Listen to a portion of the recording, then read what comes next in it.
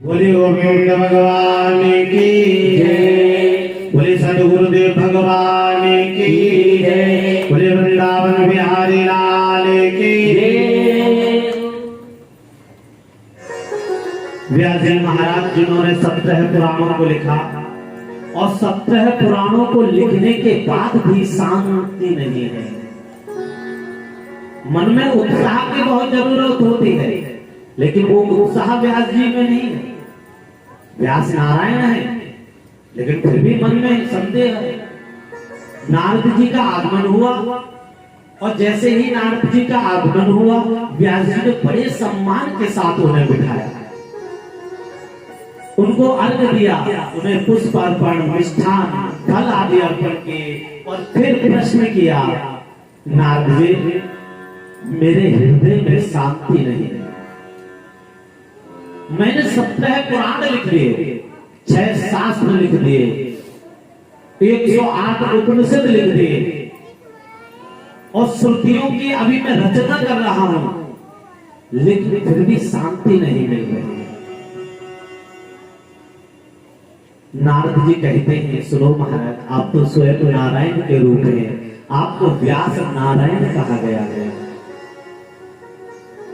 नारायण केवल 3 ही लोगों के आगे लगता है, पीछे लगता है सॉरी। एक तो विष्णु नारायण, दूसरे सूर्य नारायण और एक व्यास नारायण। ये ही 3 है और ये स्वयं तत्व रूप है। लेकिन फिर भी देखिए, गुरु आए तो कितने सम्मान से उन्हें बिठाया, उन्हें अर्घ आदि दिया, फिर प्रश्न किया। अब नारद जी कहते हैं, सुनो, आपने जो लिखा है ना, तब जो रचना की है वो भगवान की रचना की है। तुमने ईश्वर की सत्ता बताने का प्रयास किया है, लेकिन एक पुराण ऐसा भी लिखो जिसमें भक्तों की महिमा हो। क्यों? क्योंकि भगवान तो है, लेकिन जब भक्त ही नहीं होंगे तो भगवान कहाँ होगा? क्योंकि भगवान स्वयं कहते हैं, अहम भक्त पराधीनो हिरस्व तंत्र विदुरहा, मैं अपने भक्त के अधीन हूँ। आपने अभी तक एक ग्रंथ ऐसा नहीं लिखा जिसमें भगवान के भक्तों की चर्चा हो। क्योंकि भाई भगवान को अपने भक्त तो बहुत प्रिय है। अब भगवान के भक्त जैसे भी हैं, भगवान को बहुत प्रिय है, तो अब भगवान के भक्तों की तो चर्चा होनी चाहिए और शांति तभी मिलेगी जब भगवान के भक्त होंगे, क्योंकि भक्त होंगे तभी भगवान प्रसन्न होगा। व्यास जी को बात समझ में आ गई, वो ध्यान करने लगे, गणेश जी का आवाहन किया और गणेश जी से कहा, सुनो, मैं बोलूंगा, आप लिखोगे। गणेश जी बोले, मैं लिख तो दूंगा, लेकिन एक समस्या है। क्या? उन्हें मैं जब लिखना आरंभ करूंगा ना, और अगर यदि आप रुक गए तो वही काम छोड़ दूंगा। कहा, कोई बात नहीं, वो तो मेरा विषय है। एक बार बस पता चल जाए कि सामने वाला क्या चाहता है, तो उस हिसाब से तैयारी की जाती है ना। तो व्यास जी बोले, उसकी तुम चिंता मत करो, वो मैं देख लूंगा, बस तुम लिखना आरंभ करो। तो भागवत में ऐसे क्लिष्ट श्लोकों का इस्तेमाल किया कि जिनका अर्थ समझने में भी गणेश जी को समय लगता था। इसीलिए भागवत के एक श्लोक में महाराज 7 दिन तक चर्चा की जा सकती है। अभी मैंने जितने भी श्लोकों का अर्थ बोला है ना, उन सभी का शुद्ध अर्थ बोला है, उनका आध्यात्म नहीं बोला मैंने। क्योंकि आप शायद जानते होंगे, आध्यात्म विद्या विद्यानां बाधा प्रवर्तताम। जैसे ही किसी विषय पर आध्यात्म बोलना आरंभ होता है, तो वो आध्यात्म स्वयं ही दूसरे आध्यात्म को प्रकट कर लेता है। तो सोचिए, अगर हम किसी भी भागवत के श्लोक पर चर्चा करने लग गए, तो मुझे मालूम है कि एक बार कृपालु जी महाराज 3 वर्ष तक एक ही श्लोक पर बोले थे। तो बताओ हम जैसों की औकात क्या है? सिर्फ एक भागवत के श्लोक पर कृपालु जी महाराज 3 वर्ष तक बोलते रहे थे। तो सोचिए वास्तविक उनकी सामर्थ्य कितनी होगी। अगर मैं कृपालु जी महाराज के विषय में बात करूं तो 500 विद्वानों को उन्होंने वास्तविक में शास्त्रार्थ में हराया था और उसके बाद उन्हें जगत गुरु की पदवी मिली थी। और महाराज आजकल के तो एक दो पुस्तक पढ़ने के बाद ही महाराज जगत गुरु बने, लेकिन फिर भी हम लोग लगे हुए हैं, भीड़ है, एक भीड़ है और भीड़ के पीछे हम सब लगे हैं। जाके संग 10-20 है और ताको नाम महंत। क्या है महाराज? जाके संग 10-20 है और ताको नाम महंत, और जाके संग एक भी ना है, वो कितना भी बड़ा विद्वान होए, अरे बेकार।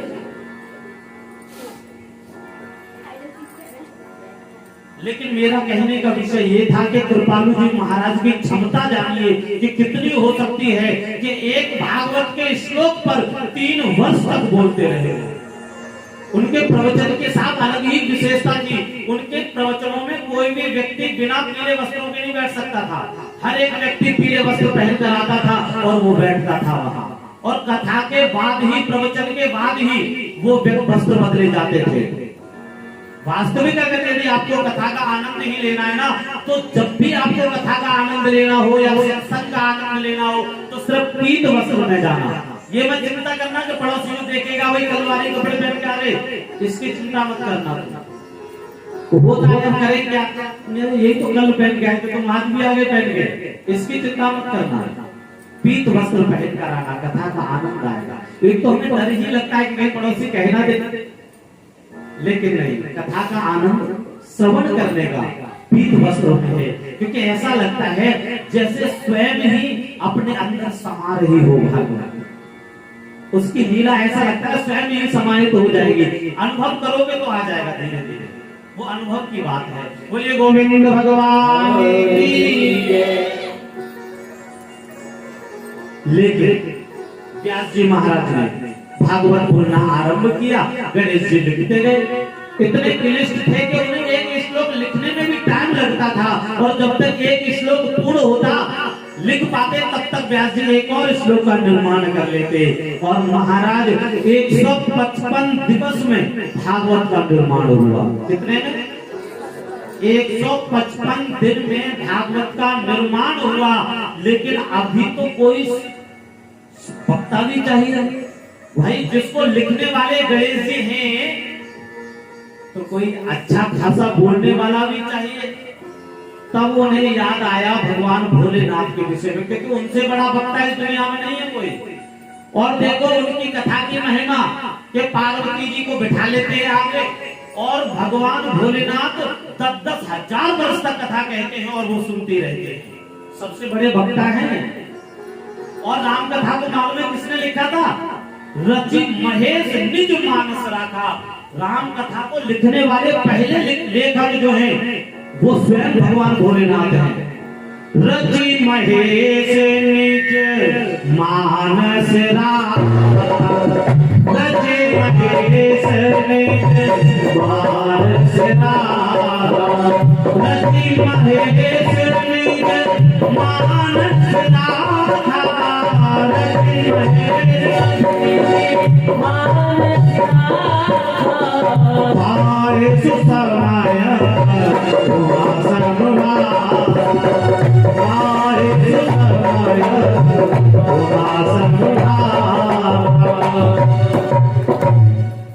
समय मिलने पर पार्वती मैया को उन्होंने सुनाया। और उन्होंने जब पहली रामायण लिखी थी ना भगवान भोलेनाथ ने, तो मालूम है कितने श्लोक थे? 100 करोड़ श्लोक।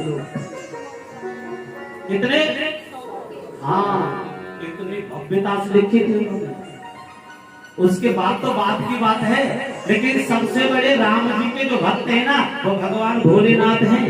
कहा भी है रामचरितमानस में जब पार्वती जी का त्याग कर दिया भगवान भोलेनाथ ने, तब वहां गोस्वामी जी कहते हैं शिव सम को रघुपति व्रत धारे, शिव सम को रघुपति व्रत धारे, फिर अगत जी सती असनारी। बिना पाप के अपनी पत्नी का त्याग कर दिया। क्या कह रही है चौपाई? बिन अग तजी, अग माने पाप, बिन अग तजी सती असनारी, सती जी का त्याग किया था बिना पाप के।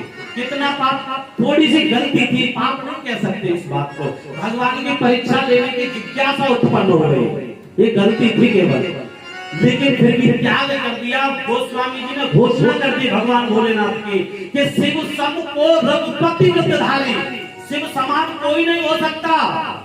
महाराज अपनी पत्नी का भी कोई त्याग कर सकता है क्या? नहीं कर सकता कोई। 7 फेरे डाल के लाता है, फिर 7 बार कहता है 7 डाल के लाए हो, निभानी तो पड़ेगी। लेकिन नहीं, व्रत होना चाहिए, पर दृढ़ होना चाहिए, भीष्म पितामह जैसा होना चाहिए, भगवान भोलेनाथ जैसा होना चाहिए, और उनसे बड़ा भक्त इस दुनिया में कोई नहीं। इसीलिए व्यास जी ने सोचा क्यों ना उनसे ही प्रार्थना की जाए, और महाराज आवाहन कर दिया भगवान शंकर का, और व्यास नारायण आवाहन करे और भोलेनाथ प्रकट ना हो गए प्रकट। कहिए व्यास जी, इसलिए मेरा आवाहन किया। वहां कहा कुछ नहीं प्रभु, मैं चाहता हूँ आप मेरे यहाँ पुत्र बनकर आए, मैं चाहता हूँ आप भागवत के वक्ता बना।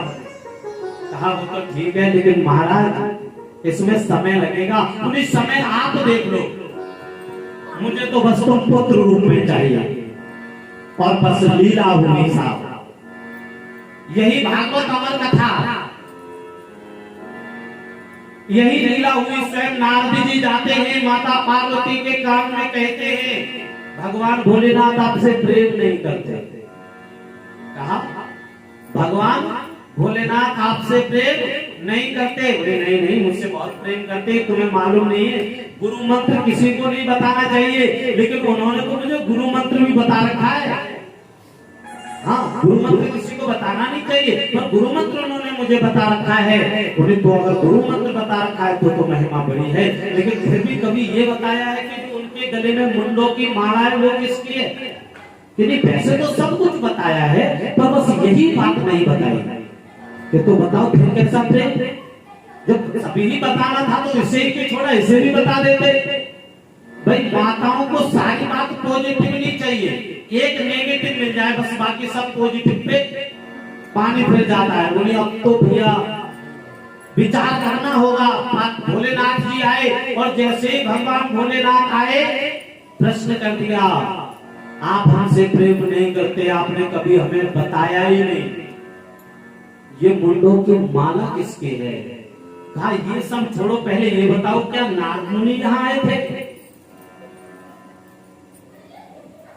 हाँ वो आए थे, मुझे बस उन्हीं की आग लगाई हुई है। जब भी कोई भगवान को लीला करनी होती है तो नारद जी को आगे कर देते हैं। जब भी भगवान को कोई लीला करनी होती है तो क्या करते हैं? हाँ, नारद जी को आगे कर देते हैं। इसीलिए मैं इस भजन के माध्यम से पूरा प्रसंग कहूंगा, बाकी तुम समझ लेना। भोलेनाथ ने उमा के संग में खेली ऐसी चाल, और भोलेनाथ ने उमा के संग में खेली ऐसी चाल, कथा तोता को सुनाए, निमित्त तो उमा बनाए। भोलेनाथ ने उमा के संग में खेली ऐसी चाल, भोलेनाथ ने उमा के संग में खेली ऐसी चाल।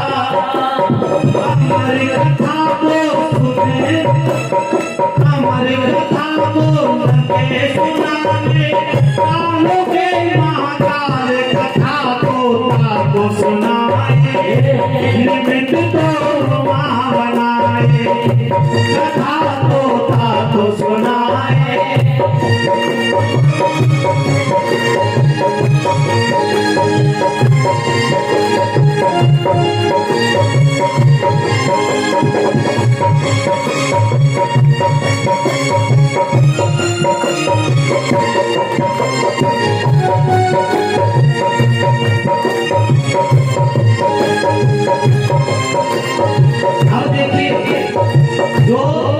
जिसे कहते हैं घट-घटवासी, जिसे कड़-कड़ शंकर कहा जाता है, वो कथा सुनाने लगे। और सबसे बड़ी बात मालूम है कहाँ लगी मुझे? जब यहाँ पर लोग अज्ञानता की बातें करते हैं, भगवान भोलेनाथ ने कथा सुनाना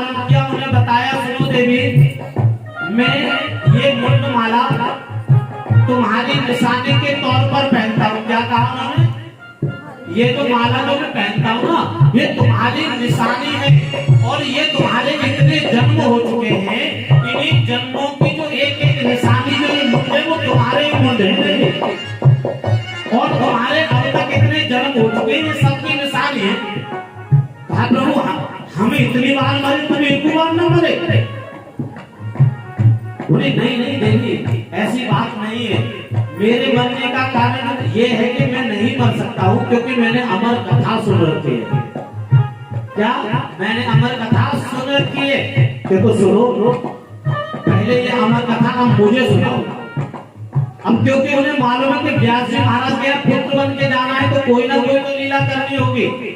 तो देखो लीला कैसी रची, निमित्त बनाया पार्वती को और वहां से राधा रानी का एक तोता था, राधा रानी का एक तोता जो कहता है देवी जब तुम वृंदावन चली जाओगी, जब तुम पृथ्वी पर चली जाओगी तो मैं यहाँ क्या करूंगा?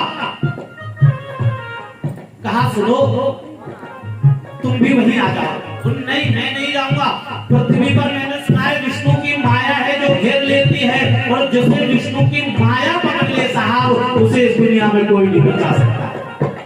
बोली मैं नहीं जाऊंगा, वहां तो माया है, बोले तुम्हारी भक्ति से भी राधा रानी की से दूर कर देंगी। राधा रानी ने कहा चिंता मत करो, उससे पहले ऐसी व्यवस्था मैं कर दूंगी कि तुम्हें कभी भी विष्णु की माया नहीं पकड़ेगी। क्या करो?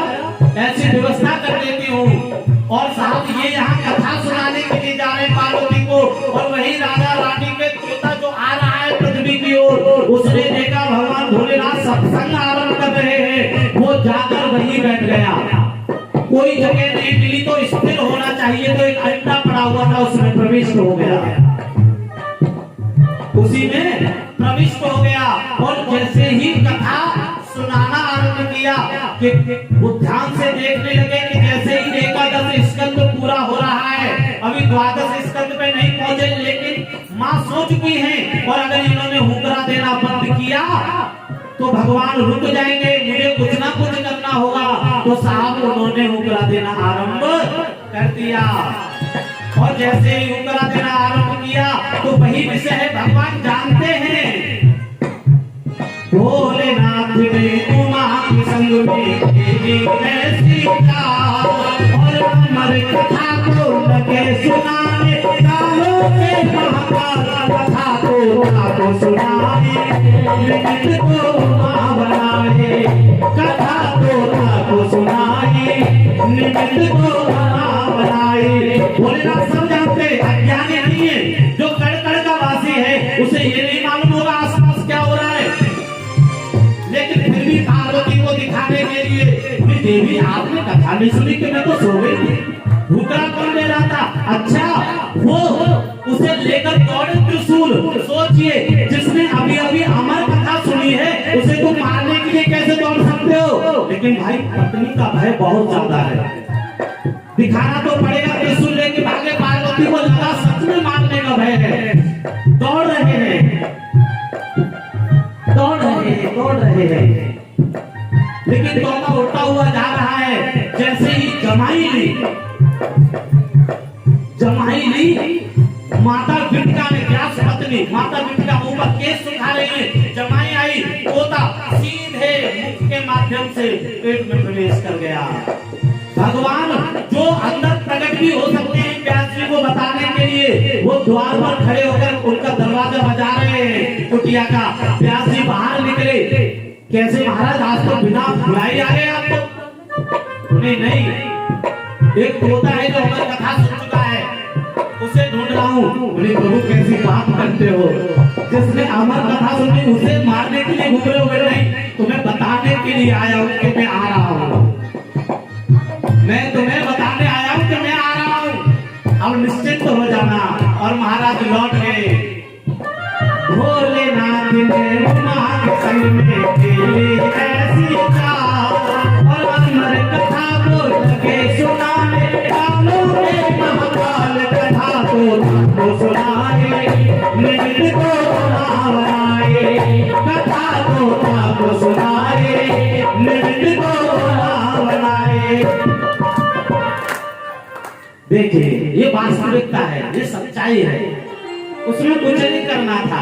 कथा तो तोता को ही सुनानी थी, बस थोड़ा सा भय दिखाना होता है कि हाँ भय है। बोले बोले भगवान की जय, बोले राधा रानी सरकार की जय। माता बिटिका को गर्भ धारण हो गया, लेकिन महाराज 1 वर्ष हो गया, 2 वर्ष हो गए, 3 वर्ष हो गए, 4 वर्ष हो गए, बच्चा जन्म लेने का नाम न ले। अब तो 11 वर्ष हो गए, माता बिटिका परेशान। 12 वर्ष हो गया, व्यास जी महाराज तो खुद परेशान हो गए। उन्हें महाराज आप क्यों नहीं रहे? उन्हें विश्वास दो कि नारायण की माया मुझे नहीं घेरे के बाहर आते, मुझे भरोसा नहीं हो रहा है। नहीं, मैं तुझे विश्वास देता हूं कि तुझे विष्णु की माया नहीं छेड़ेगी।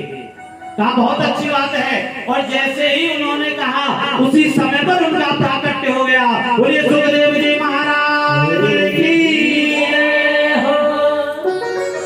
सुखदेव जी महाराज का प्राकट्य हुआ, लंगोटी भी नहीं है, निर्वस्त्र है। महाराज ऐसे ही दौड़ पड़े, दौड़ रहे। व्यास जी महाराज आवाज दे रहे, रुक जाओ रुक जाओ रुक जाओ। वो नहीं, चलते चले गए, चलते चले गए, चलते चले गए, दौड़ रहे हैं। कुछ स्त्रियां हैं, निर्वस्त्र एक व्यक्ति सामने से निकला, स्त्रियां स्नान करती रही, लेकिन जैसे ही व्यास जी आए उन स्त्रियों ने भक्त अपने अपने वस्त्र पकड़े। व्यास जी रुक गए, कहा अभी अभी निर्वस्त्र पुरुष निकल गया तुम्हारे सामने से, तुम्हें तब शर्म नहीं आई? स्त्रियां कहती है महाराज शर्म उससे आती है जिसकी दृष्टि में भेद होता है। जो जानता है स्त्री और पुरुष का भेद, शर्म उसी से आती है। सुखदेव नहीं जानते स्त्री पुरुष में भेद क्या है, लेकिन तुम जानते हो स्त्री पुरुष में भेद क्या है।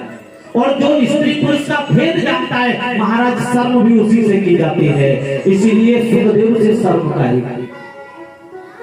अर्थात जो स्नान कर रही थी वो साधारण स्त्रियां नहीं थी, वो वेदों की श्रुतियां स्नान कर रही थी। और वेदों की श्रुतियां ही अवधूत को पहचान सकती है महाराज, साधारण मनुष्य की दृष्टि नहीं।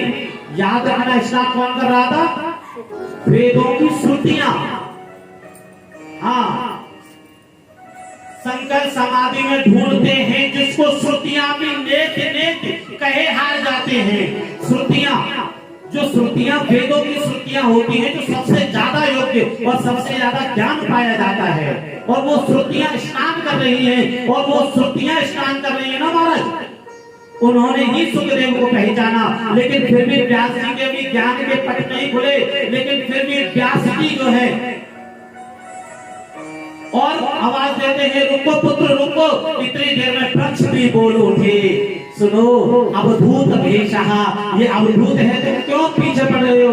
यम प्रत्यंतम अनुपेतम पेतगत्यम दुवेपायनो विरागा तरहा जुहावा पुत्रे तन्मयतया तरवो विनेदो त्वं सर्वभूतेर्दयं मुनिमान दोस्मि।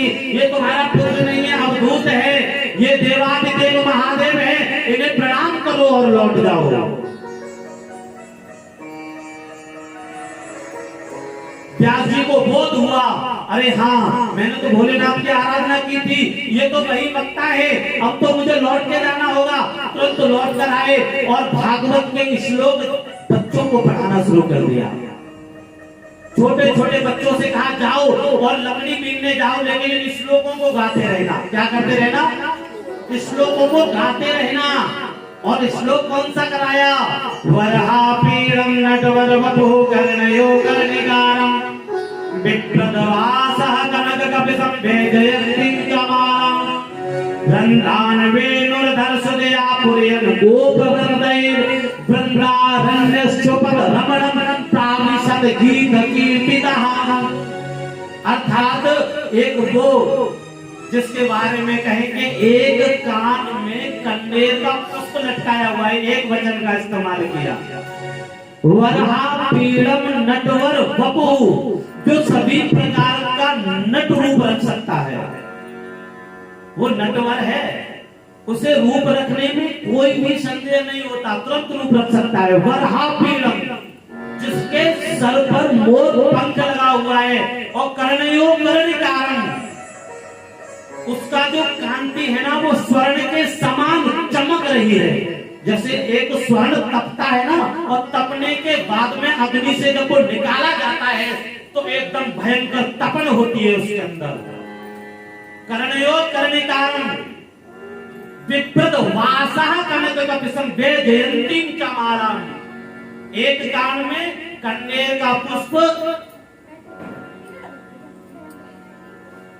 कर्णयो कर्णिकारं, एक वचन का इस्तेमाल। विप्रद वासः कनककपिशं,